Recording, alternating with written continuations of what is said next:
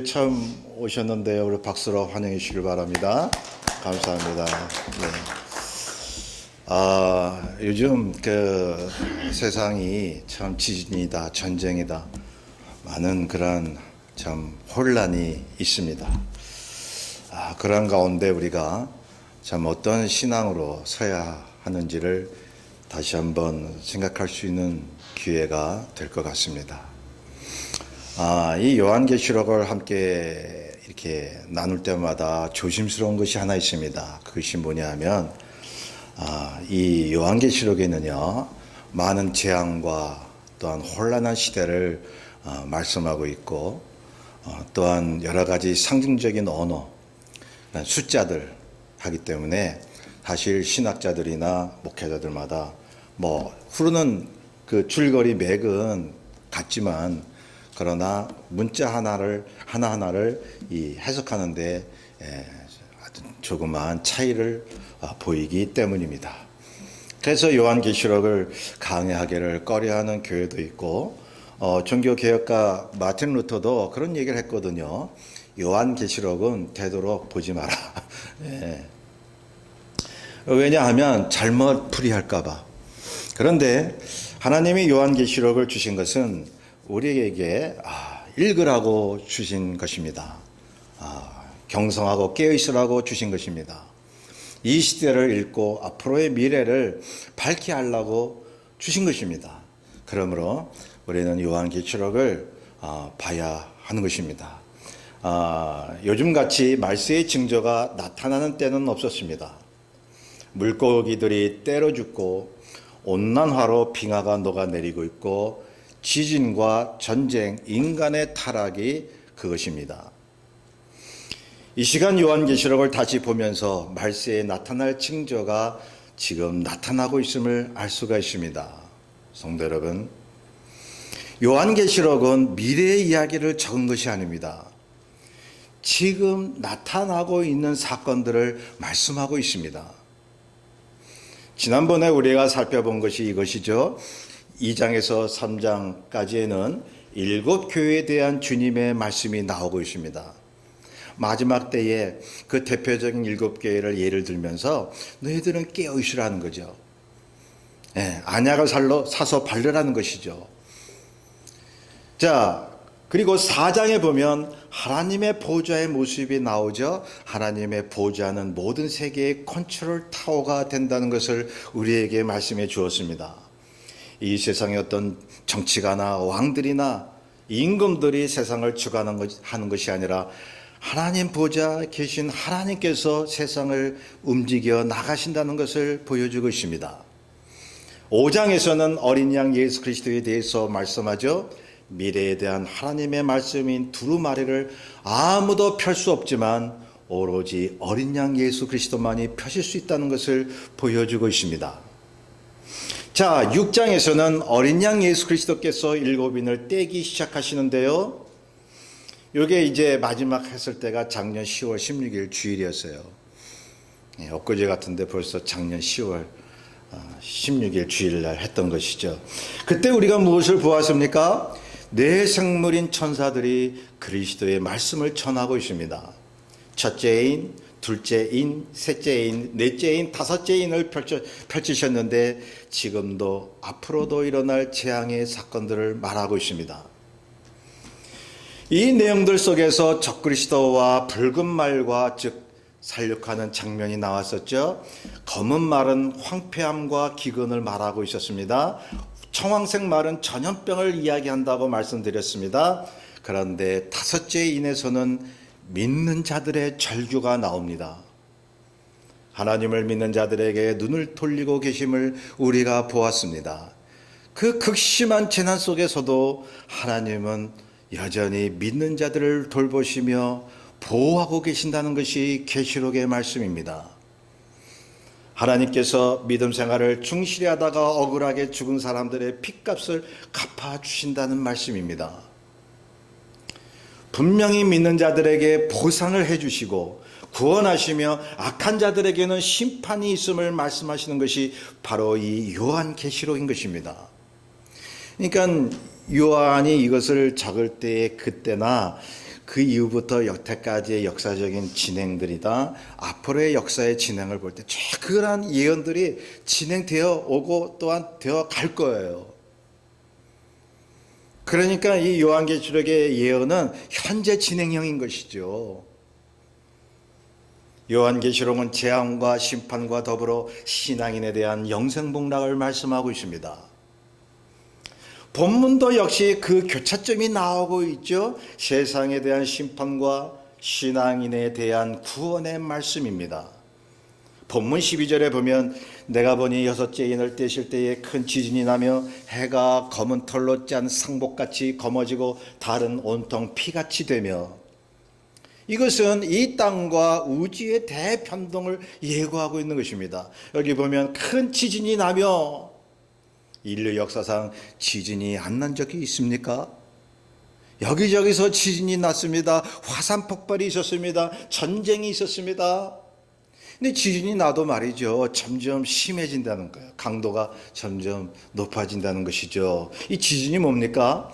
지구의 지각이 에너지를 축적하고 있다가 에너지를 방출하는 것입니다.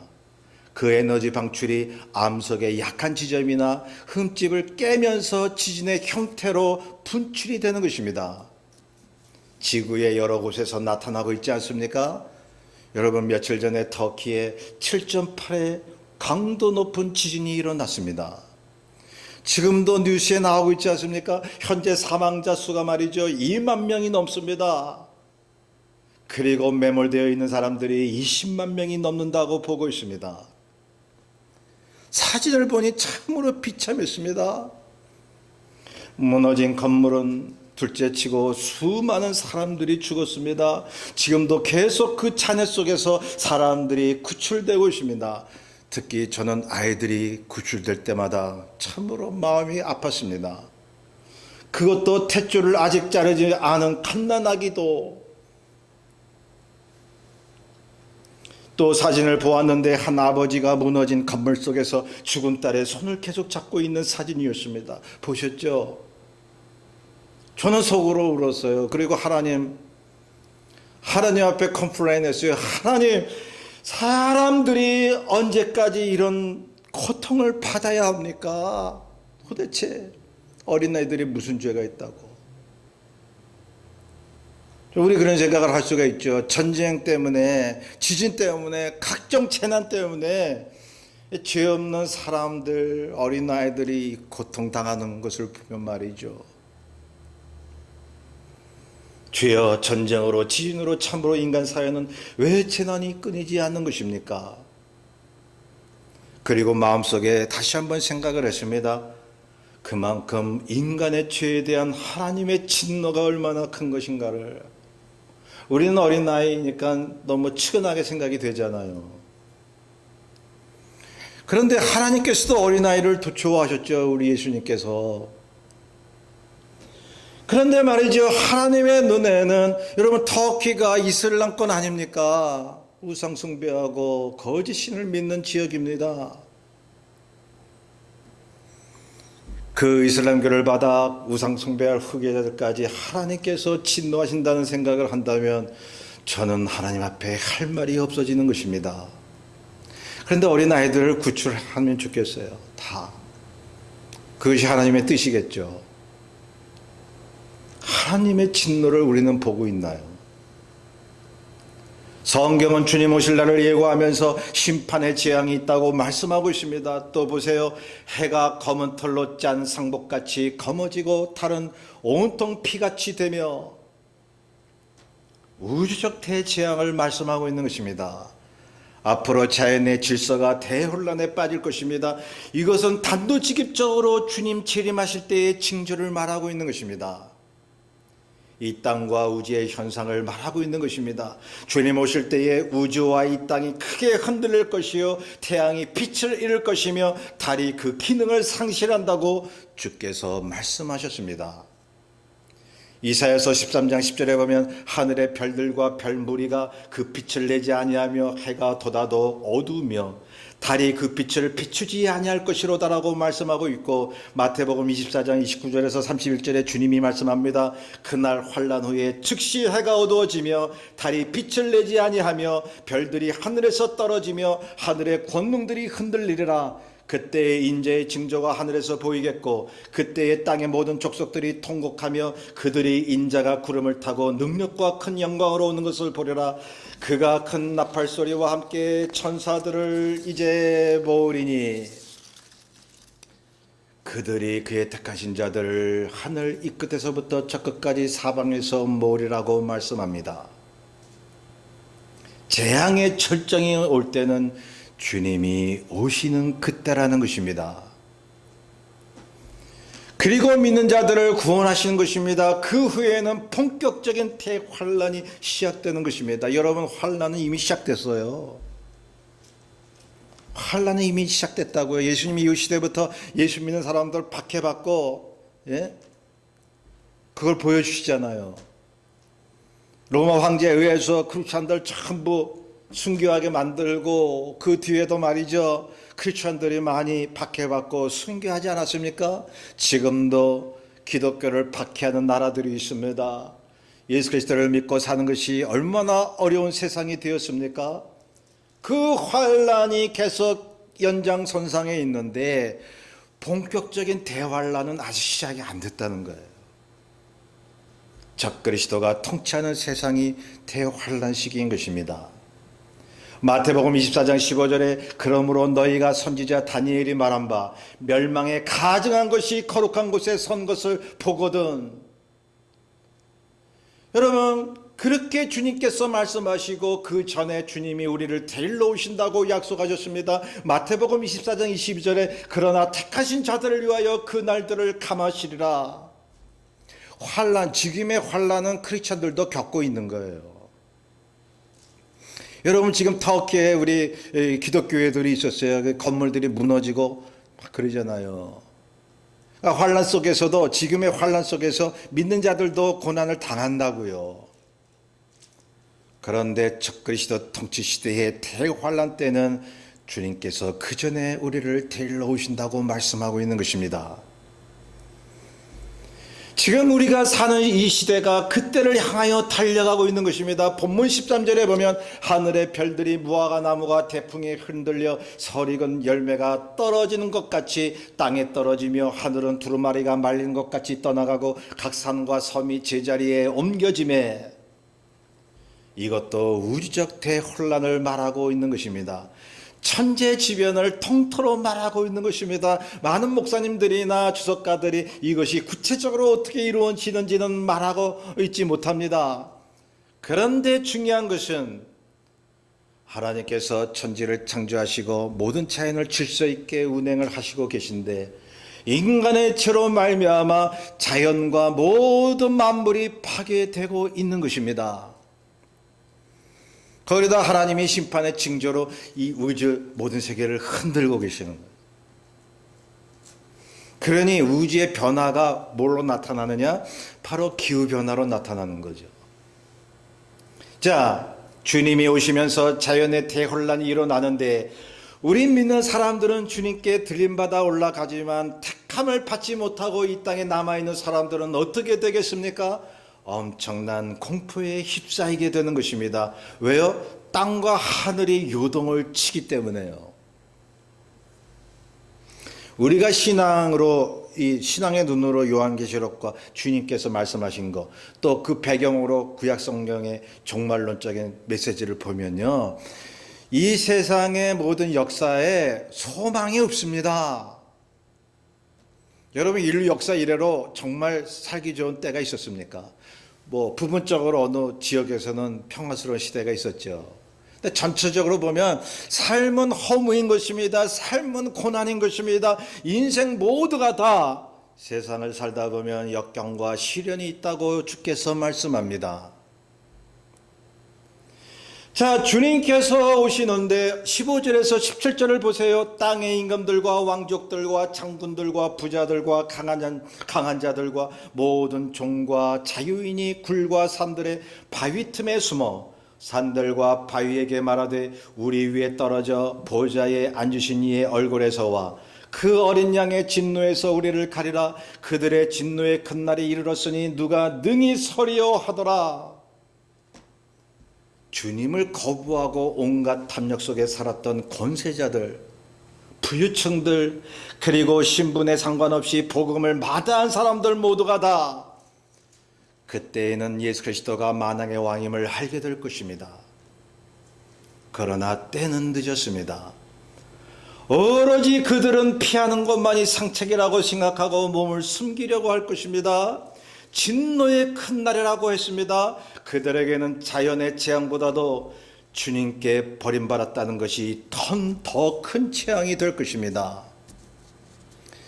우리를 만드시고 주관하시는 하나님을 마다하고 자기 생각대로 산다는 게 가장 큰 심판이고 재앙이에요.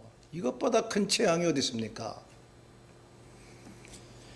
누가 감히 그 재앙을 피할 수 있다는 말입니까? 주님을 믿고 살았던 하나님의 자녀 외에는 말입니다. 이 땅에 구원받지 못하고 남아야 하는 자들은 두려워 떨면서 주님의 다시 오심을 목격할 것입니다.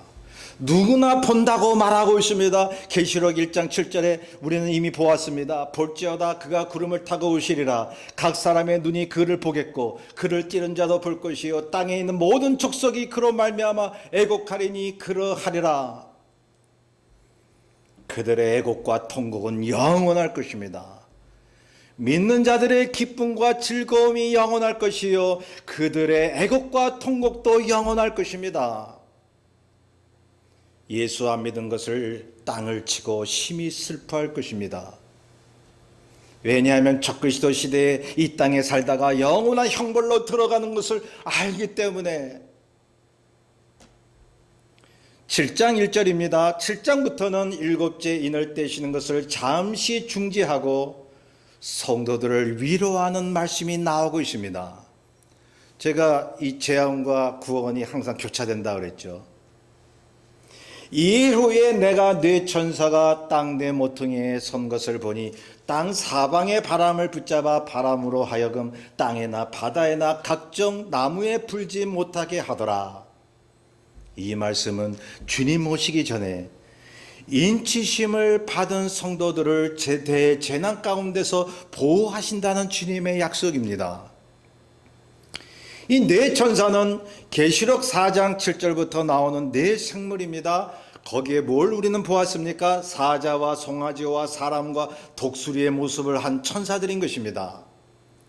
이것은 하나님의 권능과 헌신과 지혜와 민첩함을 말씀하고 있는데 하나님의 뜻을 대행하고 있는 네 천사가 하나님의 속성의 모습을 가지고 있는 것입니다. 그 네 천사 즉 네 모퉁이에서 모든 땅에 이제 명을 해서 각지에서 바람이 불지 못하게 하고 있습니다. 여러분 이 네 모퉁이 동서남북을 얘기하는 거 아니겠어요? 땅의 모든 지면을 이야기하는 것입니다. 각지에서 바람이 불지 못하게 하는 것입니다. 그런데 원래 이 네 천사는 바람을 불게 할 권세를 가지고 있었다고 2절에 말씀하고 있어요. 네 천사는 땅의 모든 사건을 관리하는 권세를 하나님으로부터 부여받은 것입니다. 여기서 바람은 헬라 원어로 아네모스라고 하는데 재앙과 환란을 말하는 것입니다. 이 바람이 땅이나 바다와 각종 나무에 불지 못하게 합니다. 여기서 각종 나무는 모든 사람들을 말하고 있습니다.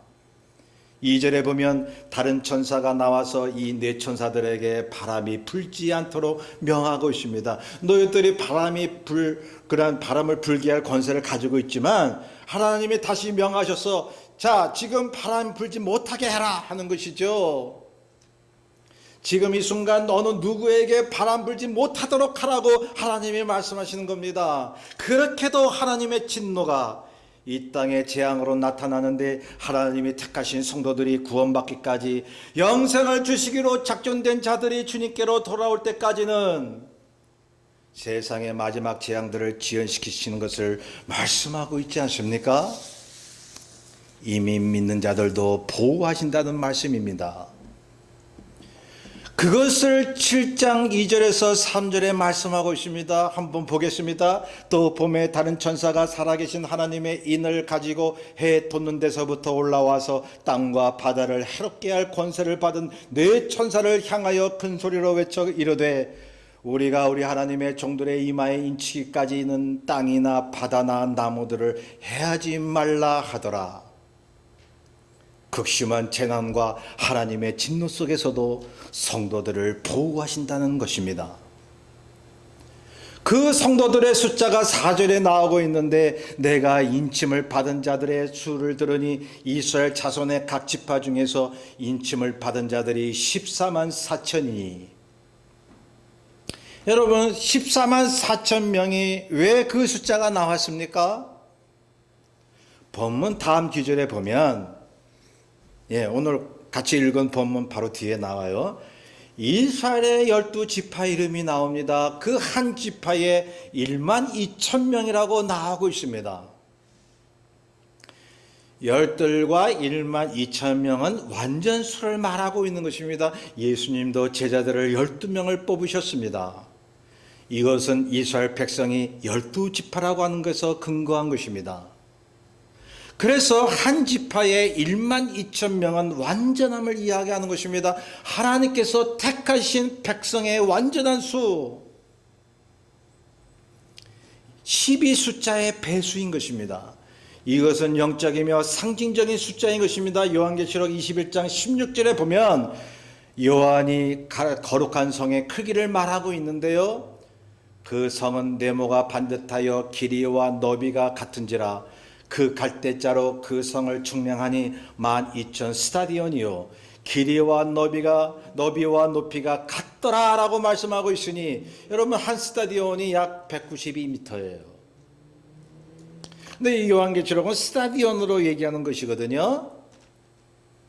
12,000이라는 그러한 숫자가 하나님의 완전수 또 하나님의 약속의 성취의 수 구원의 수로 말씀하고 있으니 모두가 다 12로 비롯되는 숫자라고 말하고 있습니다.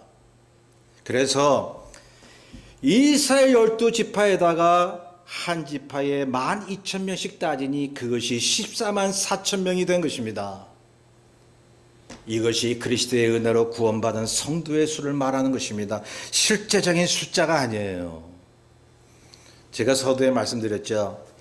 성경에는 실제적인 숫자가 나타나기도 하고 상징적이고 영적인 숫자가 있기도 하다고요. 하나님이 하나님의 구원의 뜻, 하나님의 그 의도를 알리기 위해서 이 상징적인 숫자를 말씀하시는 거예요. 그래서 우리는 비교해야 됩니다. 이것이 실제적인 숫자인지 아니면 그저 상징적인 숫자인지. 여러분 본문에 나오는 14만 4천 명은 영적인 것이고 상징적인 숫자인 것입니다. 여러분 이단들 중에 특히 신천지는 말이죠. 14만 4천 명밖에 구원을 못 받는다고 가르쳐 왔습니다. 그래서 경쟁을 시킨 거예요. 14만 4천 명이 안 들어가면 나는 구원 못 받는다 말이에요. 그러려면 막 전도도 하고 막 신천지에 끌어들여야 되고 왜? 14만 4천 명 안에 들어가기 위해서. 거기 커튼라인에 딱 못 들어가면 구원 못 받는 거예요. 그 사람들은.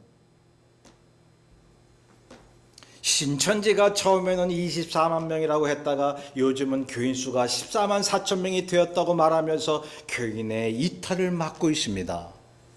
14만 4천 명 됐어. 너희들 한 사람도 나가지 마. 너희들은 완전히 구원받은 사람이야.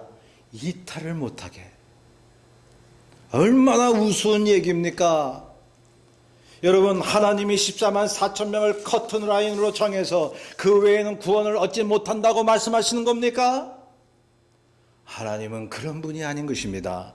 로마서 10장 13절에 말씀하기를 누구든지 주의 이름을 부르는 자는 구원을 받으리라. 누구든지 커트라인에 상관없이 누구든지 예수의 이름을 부르면 하나님의 자녀가 될 수 있다고 주께서 말씀하고 있습니다. 그러니 여러분 보세요. 기독교 역사적으로 이 숫자를 잘못 해석해가지고 낭패본 그러한 예가 얼마나 많이 있게요. 다시 말씀드립니다. 성경에는 실제적인 숫자와 상징적이고 영적인 숫자가 함께 있습니다. 잘 구분해야 합니다. 본문의 전후 문맥과 성경에 흐르는 맥을 보면서 여러분 그것을 구분해낼 줄 알아야 합니다. 지금도 이 땅에 재난이 계속되고 있고 마지막 종말의 징조가 나타나고 있지만 우리 주님이 한 가지 말씀하시는 것이 있습니다. 3절 다시 봅니다. 하나님의 종들의 이마에 인치기까지 이 땅의 것들을 해하지 말라는 것입니다. 이마에 인친다고 말하고 있습니다. 여러분 이마에 인친다는 것은 무엇을 이야기하는 것입니까? 여러분 우리가 머리로 모든 생각과 어떤 또한 마음을 품기도 하잖아요. 모든 걸 이 생각으로도 주님 받아들이고 주님 사랑하고 그것이 마음까지 와가지고 말이죠. 이 말하고 하는 것은 그 사람의 전체를 이야기하는 것입니다. 여러분 에스겔서 9장 4절에도 보세요. 모든 가증한 일로 인하여 고통받고 탄식받는 우는 자의 이마에 펴하라고요. 이마에 펴한다는 말이 나오고 있어요. 여러분 에스겔 그 당시 시대에는 말이죠. 유다 백성이 죄를 짓고 막 하나님을 거부하고 우상 숭배하자 하나님께 택함받은 사람 정말 말씀으로 살려고 하다가 고통받는 사람들이 있었죠. 지금도 마찬가지입니다. 그러한 사람들에게 이마에 펴라고 주께서 말씀합니다. 하나님이 택하셔서 예수 그리스도의 십자가 보혈로 택하셔서 하나님의 자녀로 만든 그러한 사람입니다. 그러니 사탄도 흉내내는 거예요. 사탄도 자기 사람으로 만들기 위해서 그 사람의 이마에다 표를 내버리는 거예요. 요한계시록 13장 16절에 666표를 이마의 표를 이제 받게 한다고 말합니다. 이마의 표를 받게 해서 666표를 받게 해서 하나님을 떠나도록 만들어버린다는 것입니다. 그러므로 예수 그리스도를 신실히 믿는 사람은 하나님의 성령과 말씀으로 이마에 이제 표된 그러한 그 하나님의 자녀가 될 것이고, 예수를 거부하는 사람들은 666표 사단 짐승의 표로 이마에 표하며 살고 있을 것입니다. 앞으로도 그러한 일이 일어날 것입니다. 오늘 본문 다시 보세요. 하나님의 종들의 이마에 인치기까지 이 땅의 것들을 해하지 말라고요. 앞으로 내가 구원할 사람이 아직 남아있다. 남은 자들이 있다. 이렇게 세상이 혼란스럽고 교회가 부패가 되고 교회에서 많은 사람들이 떠나가고 해도 아직도 내가 택할 사람들이 남아있다고 주께서 말씀하고 있는 것이죠. 그 사람들 이마에 인치기가 끝날 때까지 아직은 마지막 때가 아니라고 주께서 말씀합니다. 이 마지막 심판, 이제 마지막 대환란이 오기까지는 아직 남아있다고 말씀하고 있는 것입니다. 그러므로 마지막 심판이 올 때까지는 마지막이 아니죠. 왜냐하면 아직도 하나님이 구원하실 사람들을 하나님이 기다리고 계시기 때문입니다. 그러면서 환난 중에도 하나님의 자녀를 보호하시겠다는 말씀을 오늘 하고 계신 것입니다. 그러니까 말씀드렸듯이 앞으로 진짜 환난이 오는 거예요. 아직 대환란이 오지 않았어요. 정말로 이 땅이 황폐하거나 구원받을 기회가 끝나는 때 주님 오신 후에가 대환란이 시작되는 것입니다. 저는 믿기는 그 전에 신실한 크리스찬들은 주님께서 우리를 부르실 것입니다. 자, 주님께서 오시고 난 다음에 이 땅의 상황을 한번 생각해 보십시오. 그때는 주님 오시는 것을 봤다고 그랬습니다. 자, 사람들이 예수 믿겠다고 아무리 발버둥 쳐도 기회가 없습니다. 기회는 사라지고 마는 것입니다. 그래서 그토록 하나님이 이 땅에 재난을 보여주시면서 이 땅에 소망을 두지 말고 회개하고 주 예수 그리스도를 믿으라고 그렇게도 주님이 절규하시는 거예요. 주님이 절규하시는 거 여러분 생각해 보셨어요? 때가 지나가기 전에 주 예수 그리스도를 믿고 구원받으라고 간곡하게 말씀하시는 것이 오늘 본문 내용인 것입니다. 때 지나면 그 사람들 아우성쳐도 기회가 없어요. 기회가. 우리가 예수 그리스도를 믿는 것은 지금 이 순간 기회밖에 없다고 말하고 있습니다. 고린도후서 6장 2절에 말씀하죠. 보라 지금은 은혜 받을 만한 때요 보라 지금은 구원의 날이로다. 요한계시록이 그렇게도 이 땅의 재앙을 언급하는 것은 갈급히 주님을 찾고 믿으라는 것이죠. 이미 믿는 자들에게는 세상의 환난 속에서도 주님의 위로와 은혜를 믿고 이기라는 선포인 것입니다.